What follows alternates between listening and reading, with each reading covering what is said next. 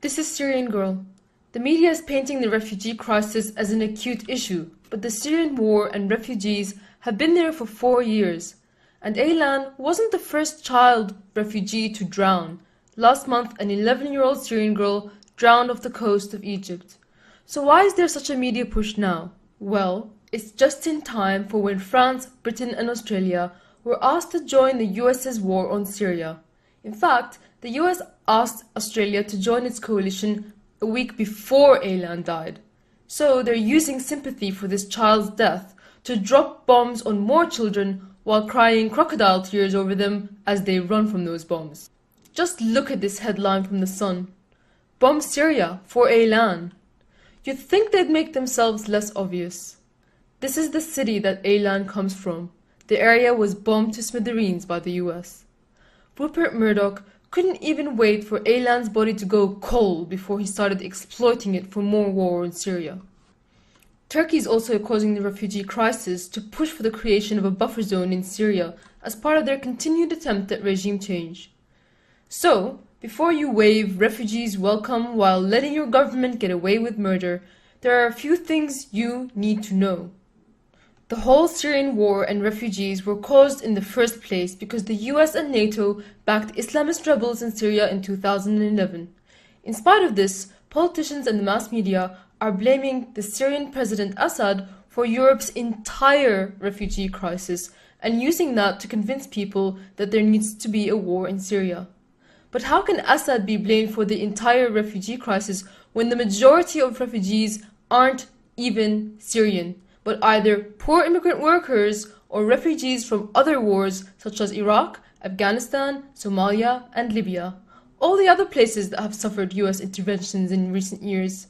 Yet the media labels them all Syrian anyway to convince Europeans that this problem can be solved by intervention in Syria.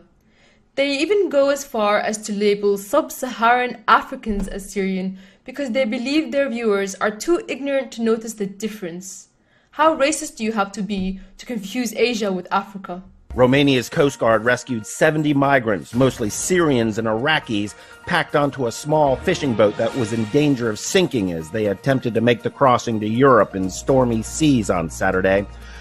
The number of Syrian refugees is also being falsely conflated because other immigrants and refugees are simply claiming to be Syrian and throwing their original passports away. Pakistani and Bangladeshi passports are being found discarded near border crossings. Completed here 29%. We're just 4 Syrian We're just 4 Syrian people. Syria, all Iraq. 25 in Iraq. Iraq. All the rest of them are Iraqi? And they said I don't have passport. I don't have anything to say who I am. So I'm Syrian. Where's your passport?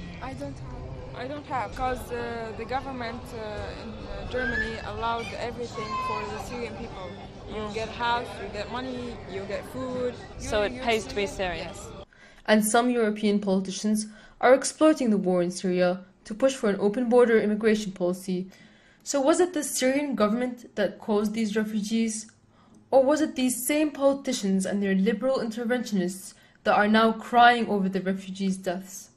People like Angelina Jolie, ironically the ambassador of the UN refugee program, caused these African refugees to drown off the coast of Libya because she supported the Libyan rebels who ethnically cleansed them. It was also Amnesty International who claimed Gaddafi was using black immigrants as mercenaries, which resulted in their ethnic cleansing. Now Amnesty International are raking in the donations over their deaths. It was these same liberal interventionists who in 2011 supported al-Qaeda-affiliated rebels in Syria, and they dare yell, "Shame, shame, shame," for not letting in the Syrian refugees. How about shame on you for ruining our beautiful country? The refugee crisis didn't start when Syrians tried to cross into Europe, but when Europeans tried to cross into Syria to join ISIS. Syrians are being pushed out of their country while multinational Islamic State moves in from all over the world. But the so-called coalition on ISIS is a lie. The US and its allies have no intention of actually defeating ISIS. Instead of working with the Syrian army, the only force capable of fighting ISIS on the ground, They are preventing the Syrian army from doing their job. Only 4 years ago, Syria was a well-off and prosperous country that even accepted 2 million Iraqi refugees. Now, we've become the refugees. Syrian refugees want your help, yes, but to get back home to their own country. Almost half of Syria's population are refugees, 3 million outside of Syria, and 7 million of them are internally displaced inside Syria. Shouting refugees welcome, while well-meaning, is not enough. You're not going to be able to airlift 10 million Syrians into Europe. Displacing them further from their country is not ideal for anyone. The refugees want to come home. Hear them out for yourself. حلمي هو إنه ترجع سوريا مثل ما كانت، لأنه أنا أول الناس اللي راح أرجع لها، لأنه بعد سوريا ما في، مهما طلعت وفتلت بعدها ما في. My name is Rena. I wish to come back to the lovely country when the war will end. I like the war to be end. Just I can go to see my friends and my family in Syria. أمر خارجي بتمويل خارجي بس نحن عايشين وراح نرجع. What's happening now? Happening by foreign hands. We are Syrian. We are a good people, and we wanna complete our life in Syria.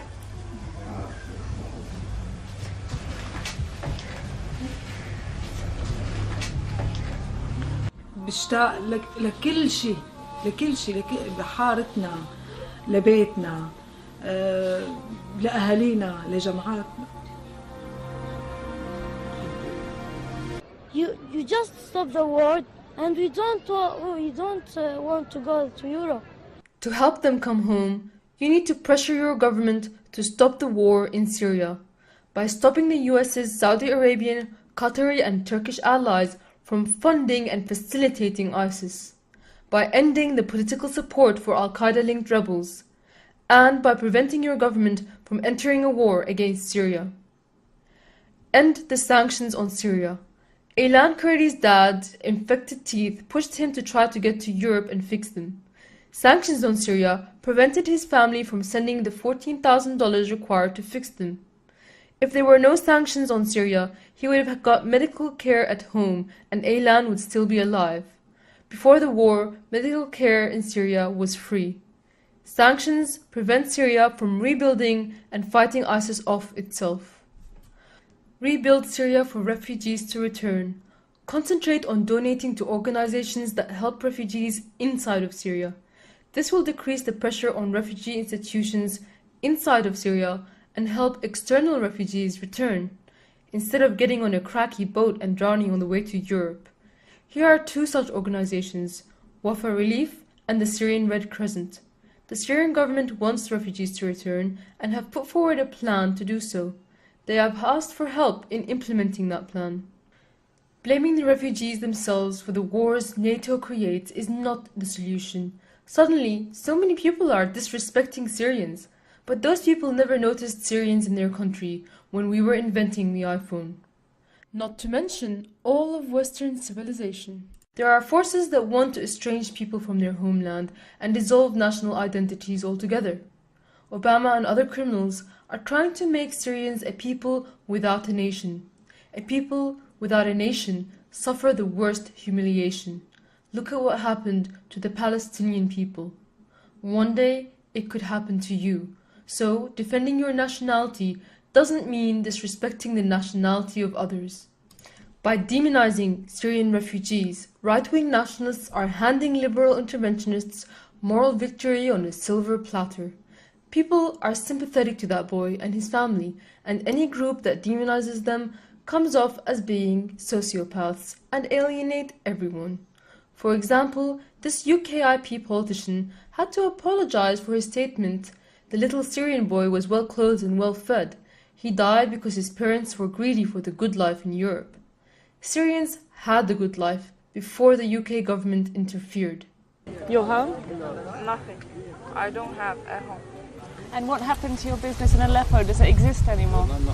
No, it's not existed anymore. Everything gone? Now he will give you. I have introduction here. Now you will give me. ال4 سنين. قبل 4 سنين. لا ما فيني بس اتذكر حياتي 4 سنين. كتير كنا عايشين أمان. Yes, in Syria I had my own car. It's like a car you can drive. It's really hard to drive in this car. We still don't have a good job to buying a good car like in Syria.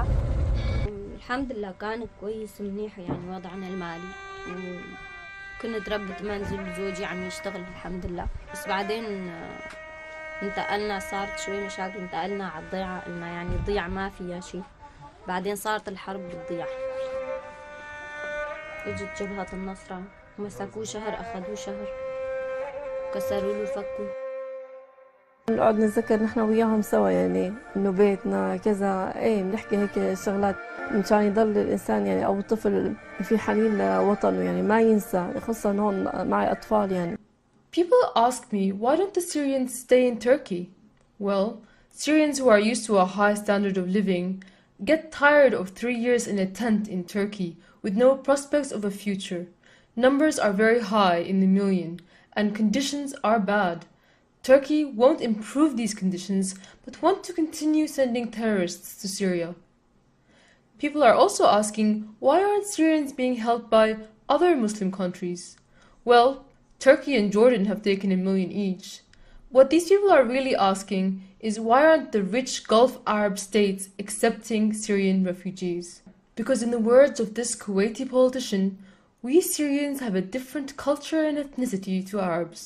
They don't see Syrians as Arab, and they don't accept them as their kin. Since when have the Gulf lifted a finger to help Palestinians anyway?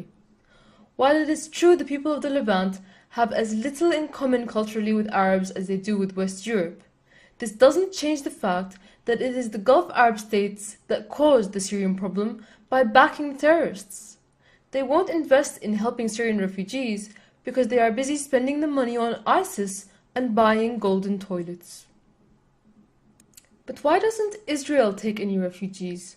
After all, it's on Syria's border and it's in the Levant, Syrian people's historical land. Israel is grayed out in this image, as if it doesn't even warrant consideration. I guess Israel is the only country in the world that's allowed to be racist. It's funny to hear Zionists talk about how Europe needs to accept Syrian refugees when they won't even let Palestinian refugees return to their own homes and villages. I've also heard, why Germany, not Greece? Well, I'll let this Syrian refugee tell you. والسبب هو انه ما تميت بليونات، لانه ما بتقدم اي مساعدات ولا فيها شغل، لانه هي يعني ما خرجت تساعد شعبها لتساعدنا. The most honorable are the Syrians still in Syria fighting for their country. But how can one blame those that run if they themselves aren't fighting with a gun in their hand? It's time to point that finger inward. Save your nation and stop your governments from starting these wars.